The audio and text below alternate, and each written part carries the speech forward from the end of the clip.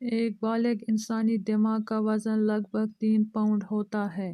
مردوں کے دماغ کا اوسط وزن 2.9 پاؤنڈ 1336 گرام اور خواتین کا 2.6 پاؤنڈ 1198 گرام ہوتا ہے، مگر بڑے دماغ کا مطلب زیادہ ذہانت نہیں۔ در حقیقت البرٹ آئنسٹائن کے دماغ کا وزن 2.7 پاؤنڈ ہی تھا، پھر بھی وہ دنیا کے ذہین ترین انسانوں میں سے ایک تھا۔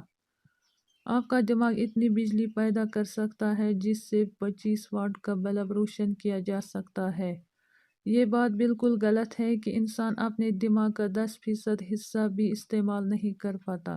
در حقیقت انسان اپنے دماغ کا 10% سے بھی زیادہ حصہ استعمال کر پاتا ہے، کیونکہ دماغ کا کوئی بھی حصہ ایسا نہیں جو فعال نہ ہو۔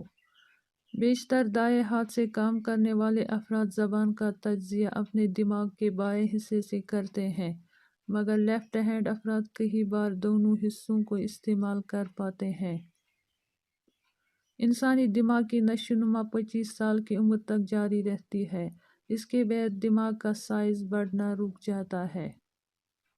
دماغ ہمارے جسم کو ملنے والی آکسیجن کا کم از کم 20% حصہ استعمال کرتا ہے۔ اس کی وجہ یہ ہے کہ دماغ کو آنکھ کے پھٹوں کے مقابلے میں 3 گنا زیادہ آکسیجن کی ضرورت ہوتی ہے۔